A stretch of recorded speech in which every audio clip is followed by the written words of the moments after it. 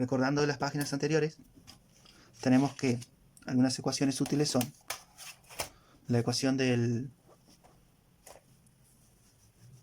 la circulación,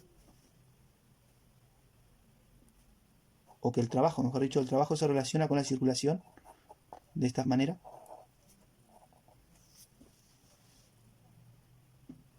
También teníamos la relación entre el trabajo realizado por la fuerza eléctrica con la variación de la energía potencial eléctrica.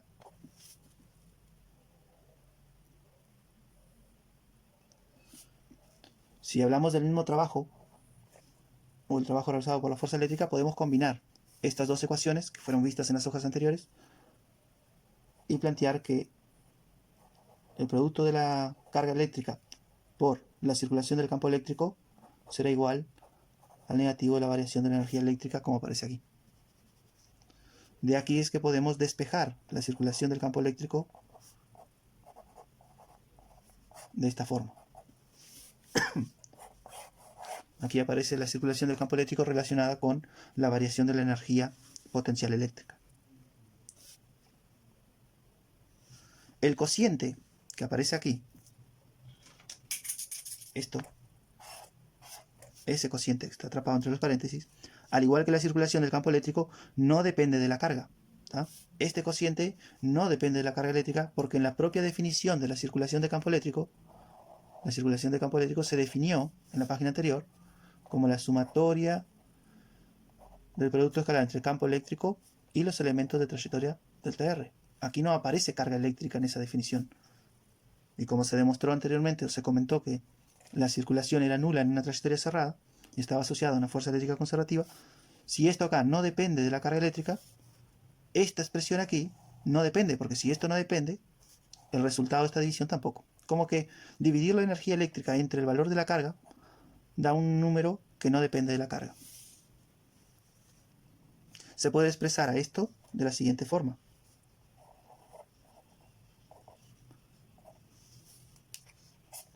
Hablábamos de una variación, delta energía. Eso significa que hay una energía potencial eléctrica final, en una posición final B, y hay una energía potencial eléctrica inicial en una posición inicial A. Esa variación de energía está dividida entre la carga de prueba, la carga que está recibiendo la fuerza. Entonces, si separamos, me queda la energía potencial eléctrica en el punto final dividido la carga, menos la energía potencial eléctrica en el punto inicial dividido la carga. A esto es a lo que se le denominará, ¿sí?, al cociente entre la energía potencial eléctrica y la carga, o sea, energía potencial eléctrica por cada unidad de carga eléctrica, es a lo que se denomina potencial eléctrico. Mira. Siendo esto, el cociente, una magnitud escalar que tiene un valor para cada punto del espacio que llamaremos potencial eléctrico. ¿Tá? Digamos que el haber combinado esta ecuación con esta otra ecuación nos permite ir expresando la circulación del campo eléctrico en función de la energía y llegamos a una expresión que es bastante útil, bastante común, al menos desde el punto de vista conceptual, tenerla presente, y a esto es a lo que se le denomina potencial eléctrico y se le asocia el símbolo de V. ¿Tá? Potencial eléctrico en un punto P cualquiera va a ser la energía potencial eléctrica en ese punto del espacio por cada unidad de carga eléctrica. Si es un punto A, bueno, va a ser aquí la A, aquí la A. Si es en un punto B, va a ser la misma expresión. Lo único que para el punto B. Bien, a esto, si ustedes lo verifican, se lo puede anotar como una variación de energía potencial eléctrica por unidad de carga. Y ya que habíamos definido al voltaje o al potencial eléctrico, ahora definimos a la variación de potencial eléctrico, ¿sí? Porque acá tenemos el voltaje en el punto B menos el voltaje en el punto A. Tenemos V de B menos V de A. Entre paréntesis, un menos afuera y la circulación del campo eléctrico. A este V de B menos V de A, esto es el menos delta V. ¿Tá? La circulación del campo eléctrico es igual al menos delta V. Eso significa que delta V en sí es esto menos esto. Acá en el libro tal vez está mejor. ¿Está? Esta expresión que está dentro del paréntesis celeste aparece aquí. Y si tendríamos que dejar esto aquí adentro del paréntesis celeste también, que es este paréntesis celeste que no lo puse, me queda que lo que está dentro del paréntesis celeste es lo mismo que está dentro del paréntesis celeste aquí. ¿Está? Bien. Así queda definido el potencial eléctrico y la diferencia de potencial eléctrico. Acá se define el electronvolt. Un electronvolt es igual al aumento de la energía cinética de un electrón cuando se mueve en un campo eléctrico entre dos puntos que tienen una diferencia de potencial de 1 volt. ¿Ah? La energía de un electronvolt es la energía que tiene un electrón cuando se le mueve desde una posición A hasta una posición B, en donde hay una diferencia de voltajes entre A y B de 1 volt, y se mueve al electrón desde A hasta B. ¿Está? ¿Qué sería el voltaje? O el concepto del voltio, el voltaje. El voltaje en un punto del espacio es la energía por cada unidad de carga eléctrica necesaria para traer la carga eléctrica desde una posición en el infinito hacia esta posición A. El voltaje en el punto B va a ser la energía que hay que suministrar a la carga eléctrica para traerla desde el infinito hasta la posición B. Se considera que en el infinito, una distancia muy lejana, a donde ya el campo eléctrico se debilitó, se considera que el voltaje es 0 o que la energía potencial eléctrica vale 0. Bien, aquí la relación entre el potencial eléctrico y el campo eléctrico. Esto está relacionado con el práctico que ustedes van a tener que hacer.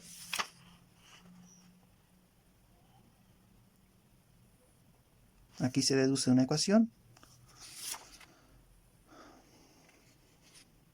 Una ecuación en donde queda la circulación del campo eléctrico en función del voltaje o la relación que hay entre el voltaje entre dos puntos.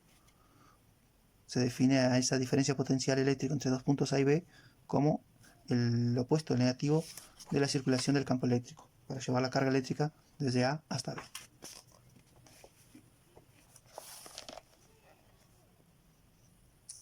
Aquí en esta parte del libro les voy a explicar a ustedes que si se mueve una partícula desde una posición A hasta una posición C a lo largo de una trayectoria que es paralela a las líneas de campo eléctrico, si movemos la partícula a lo largo de las líneas de campo eléctrico, se realiza un trabajo eléctrico. ¿tá?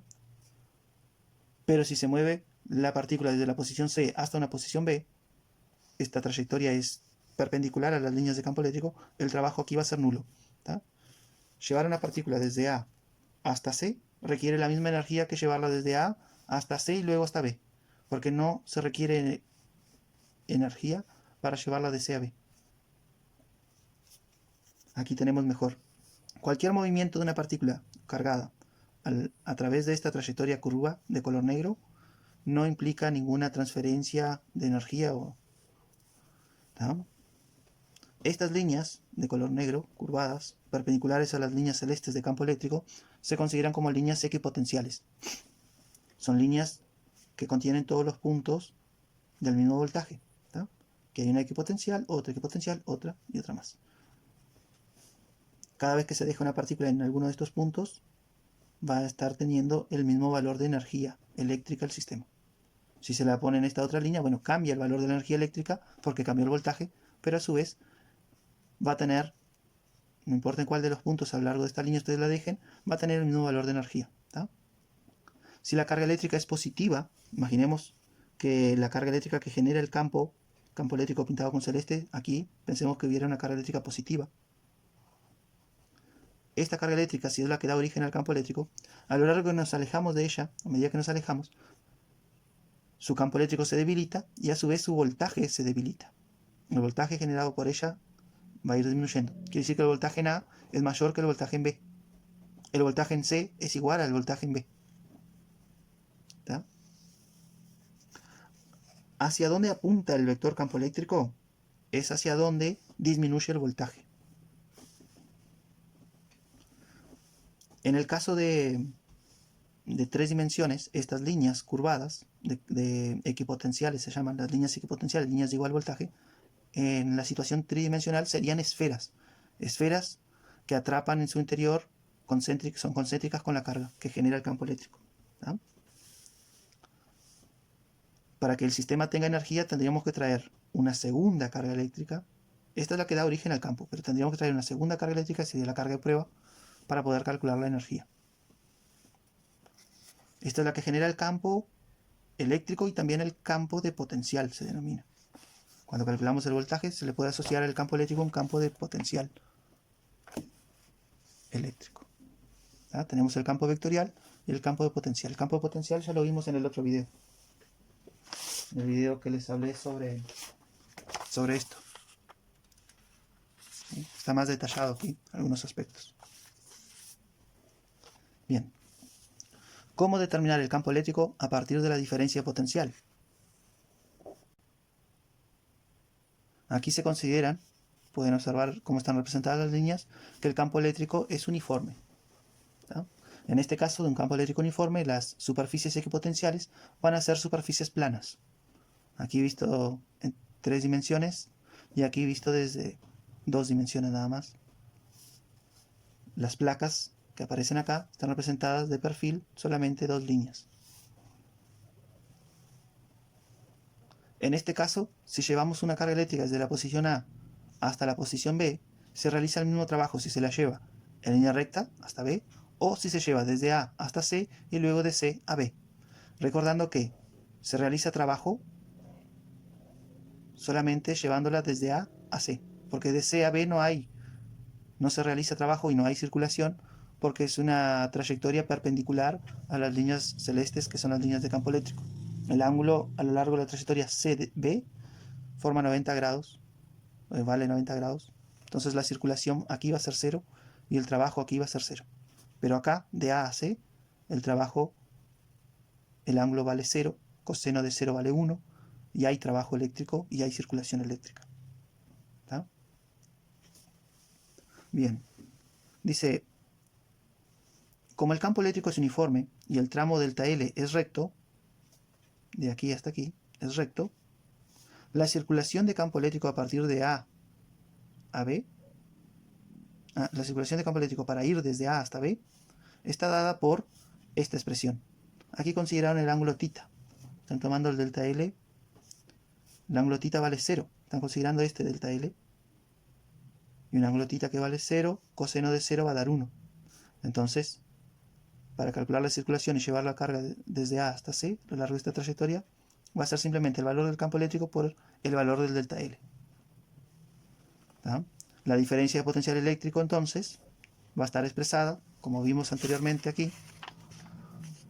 La diferencia de potencial eléctrico es igual al negativo o al opuesto de la circulación del campo eléctrico. Nos queda que delta V de A a B, la diferencia de voltaje que hay desde A hasta B, es igual al negativo del campo eléctrico por la distancia que hay desde esta línea equipotencial hasta esta otra línea equipotencial. El delta L es esa distancia entre las dos líneas equipotenciales. Bien, es interesante notar que el campo eléctrico puede quedar expresado en newton sobre coulomb o también en voltios sobre metros. Son equivalentes. ¿Tá?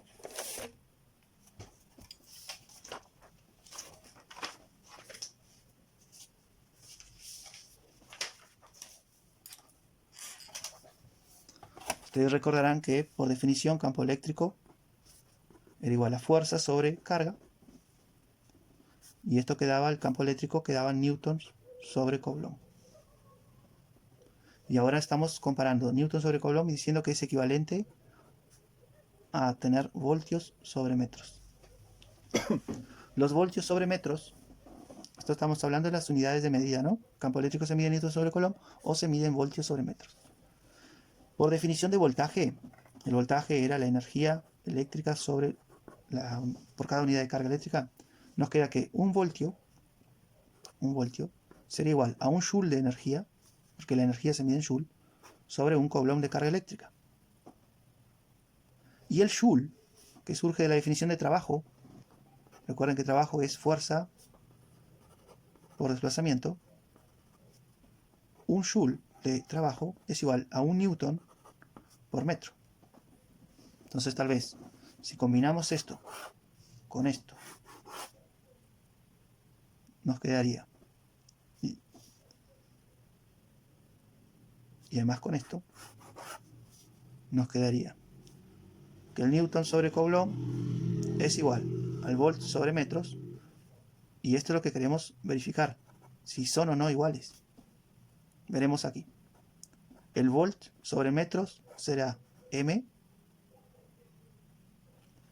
mantenemos la M, pero el voltaje lo vamos a cambiar por esta expresión, un joule sobre un Coulomb.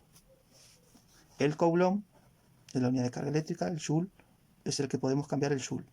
Nos queda aquí M, nos queda aquí el Coulomb, y el joule lo vamos a cambiar en newton. Y aquí podemos simplificar. Esta M que está dividiendo todo por la M que está multiplicando todo arriba. Y al simplificar las M nos quedó el newton dividido los Coulomb que teníamos al principio. Entonces, realmente, voltios sobre metros es equivalente a newton sobre Coulomb.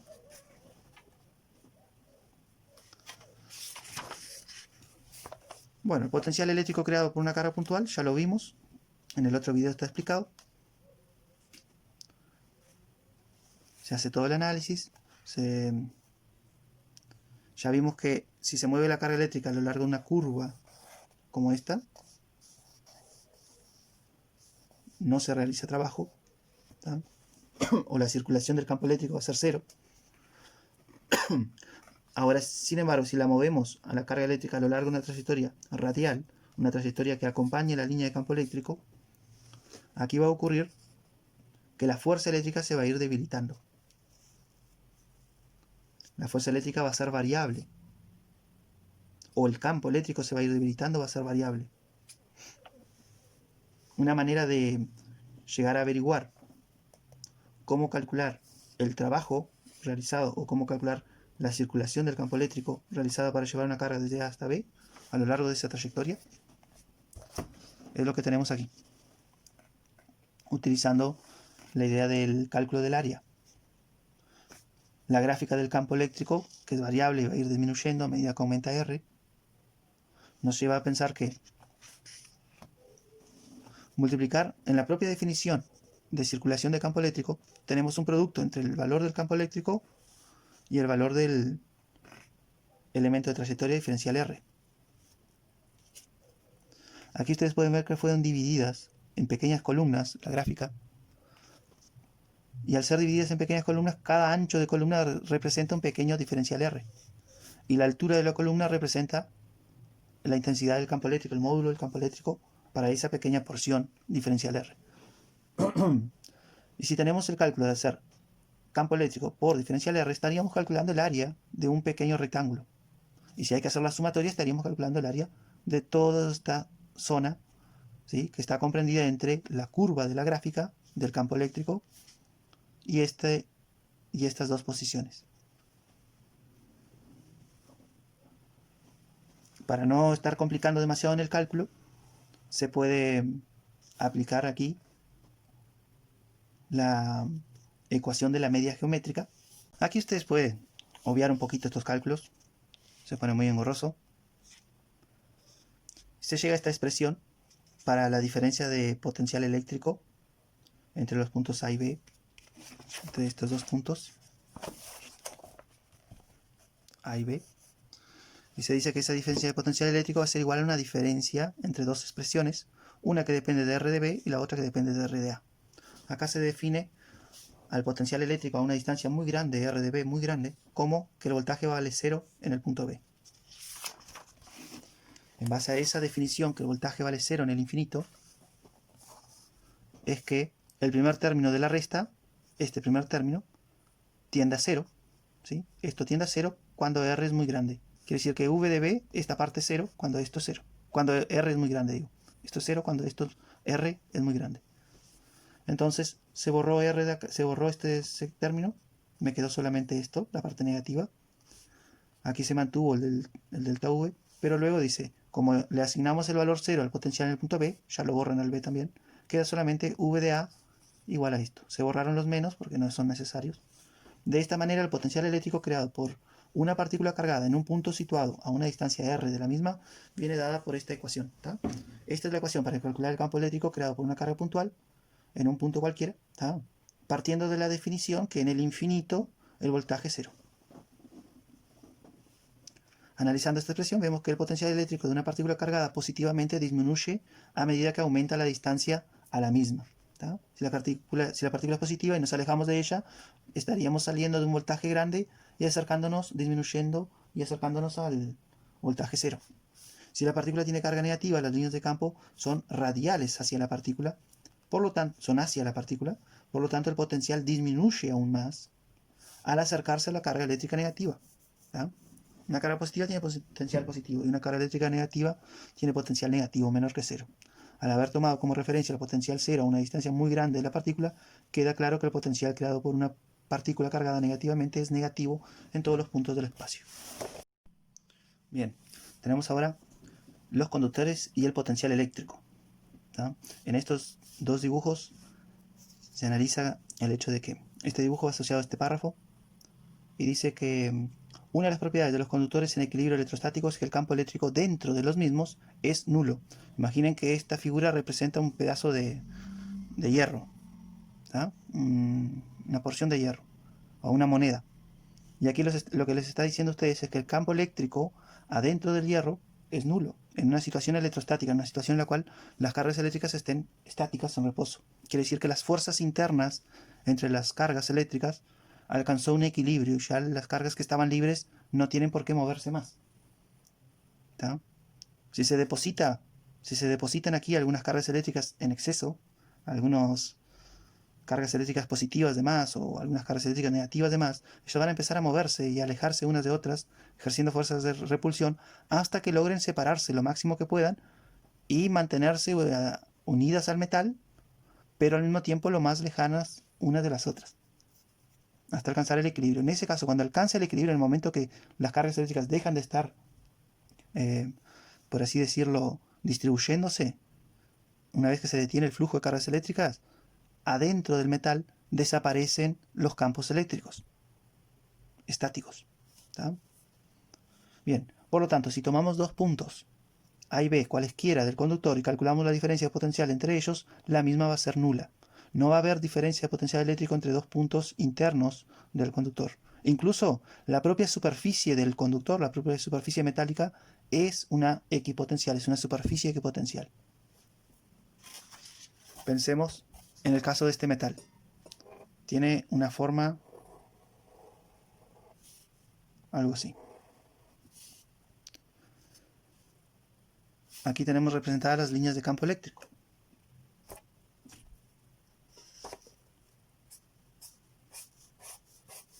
Las líneas de campo eléctrico, les explica aquí, que van a ser siempre perpendiculares a las líneas equipotenciales. Eso significa que tenemos líneas equipotenciales. La propia superficie es una línea equipotencial.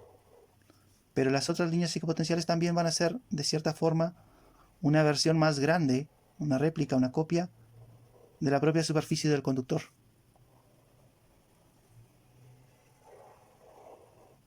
Estas líneas verdes que estoy dibujando serían las equipotenciales. ¿Tá? Las líneas celestes son las líneas de campo eléctrico, las cuales deben ser siempre perpendiculares a las líneas equipotenciales.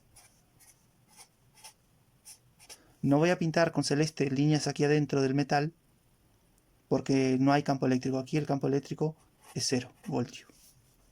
Y ya que en todos los puntos de una superficie equipotencial, en todos los puntos de ella, el voltaje tiene el mismo valor, todos los puntos adentro del metal, todos estos puntos, están al mismo voltaje, porque la propia superficie metálica, el propio metal, es una equipotencial. Es un objeto con el mismo valor de voltaje en todos sus puntos. Campo eléctrico sobre la superficie exterior de un conductor en equilibrio. Aquí simplemente les explican, por medio de cálculos, cómo llegar a calcular o averiguar cuánto vale el campo eléctrico justo aquí, cercano a la superficie del conductor. ¿Tá? Para la zona cercana a la superficie del conductor. O acá. ¿qué es lo que va a ocurrir? Esta representación es una porción, ¿sí? Es como que si este metal fuera el termo. Y yo ahora considero esta porción del termo para calcularle aquí cuánto vale el campo eléctrico cercano a la superficie del metal que ellos hicieron. Este rectángulo que aparece dibujado acá en realidad representa un cubo o representa un cilindro. Es un cilindro que estaría atravesando la superficie metálica. Déjenme ver si encuentro una imagen.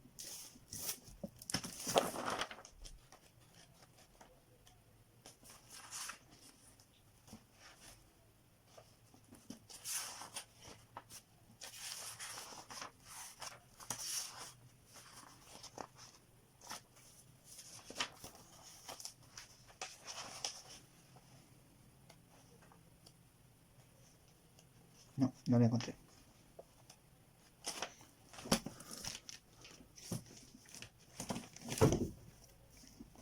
Bueno, se podría igual.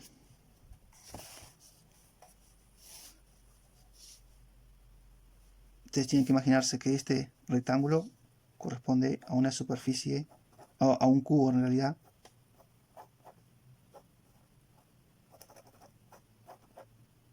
Que está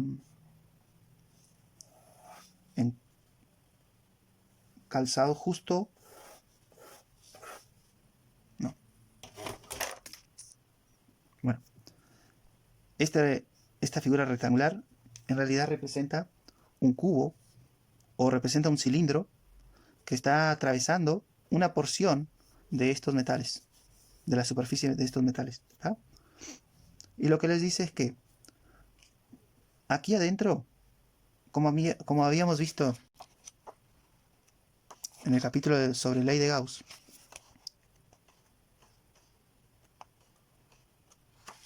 ¿se acuerdan de este cilindro que se consideró aquí en el ejercicio de ley de Gauss? La aplicación de la ley de Gauss para poder averiguar cuánto valía el campo eléctrico creado por una superficie plana infinitamente grande y cargada de manera uniforme. ¿Se consideró un cilindro? Bueno, el mismo tipo de cilindro o el mismo tipo de figura es la que se está considerando aquí. Lo único que ya no se aplica sobre una superficie plana, se está aplicando sobre la superficie, ¿sí?, con forma de papa de este metal.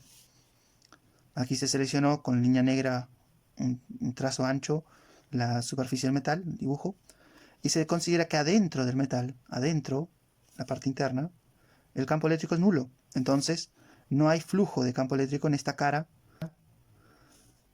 de la superficie gaussiana, ¿tá? Pero sí va a haber flujo en esta otra cara externa de la superficie gaussiana. Acá va a haber flujo. En las paredes laterales no hay flujo porque las líneas de campo eléctrico son paralelas a las paredes laterales. Entonces se hace el cálculo y se llega a una expresión, a esta expresión, que es muy parecida a la que ya habíamos visto en el capítulo de ley de Gauss. Aquí se llegó a la expresión de que el campo eléctrico creado por una placa no conductora, una sola superficie cargada, es sigma sobre 2 epsilon 0. Y acá tenemos que el campo eléctrico creado por la superficie metálica es solamente sigma sobre epsilon 0. ¿Tá? Esta expresión permite determinar el campo eléctrico justo sobre la superficie exterior del conductor. Una aplicación interesante de esta propiedad está en este análisis de tener una esfera metálica grande, ¿sí?, la esfera A, y una esfera metálica pequeña. Se detalla aquí todo el análisis, pero se llega a la conclusión de que cuando estas dos esferas metálicas están unidas por un alambre conductor, ellas se convierten en un solo metal. Al convertirse en un solo metal, esta esfera va a tener el mismo voltaje que la esfera pequeña. Se vuelve un solo objeto equipotencial. ¿Tá? Cuando alcanzan el equilibrio electrostático, es decir, cuando ya dejan de fluir cargas eléctricas, imaginen que inicialmente esta tiene cierta cantidad de cargas, un cierto voltaje, esta tiene cierta cantidad de cargas, otro voltaje diferente. Cuando se las comunica por medio del hilo, no van a alcanzar la misma cantidad de carga, pero sí al momento que alcance el equilibrio, van a tener el mismo voltaje, van a compartir, van a tener igual voltajes. Al tener igual voltajes, se va a cumplir la relación entre la densidad superficial de cargas y los radios de esas esferas, viene dada por esta ecuación. ¿sí? Y se cumple esto, que cuanto mayor sea el radio de la esfera A, cuanto más grande sea la esfera grande, menor será su densidad superficial de carga. ¿Tá? En términos de campo eléctrico, podemos decir que el campo sobre la superficie exterior de la esfera A es menor que el campo sobre la superficie exterior de la esfera B. Lo que les está diciendo ahí es que puede ser que tengamos una esfera muy grande, conductora, que contiene cargas eléctricas, pero ella aparentará, se comportará como si no estuviera muy cargada. Mientras que la esfera pequeña va a aparentar estar súper cargada. Que es lo que le ocurre, por ejemplo, al planeta Tierra. A veces el planeta Tierra, esta esfera grande representa al planeta Tierra. El planeta Tierra nosotros no nos damos cuenta si él tiene un exceso o no de cargas eléctricas, porque es muy grande. Pero esta esfera pequeña podría representar una punta del planeta Tierra. Que es el caso, por ejemplo, de la torre esta famosa, no me acuerdo cómo es el nombre de ella, torre de Einfield. La torre de Einfield, la punta de ella, de la torre, representa como si fuera esta esfera pequeña, la B. Y el planeta Tierra que está debajo representa la esfera grande, la A. ¿Tá? Obviamente que el planeta Tierra, por ser más grande, por tener más superficie, contiene más cargas eléctricas. ¿Sí?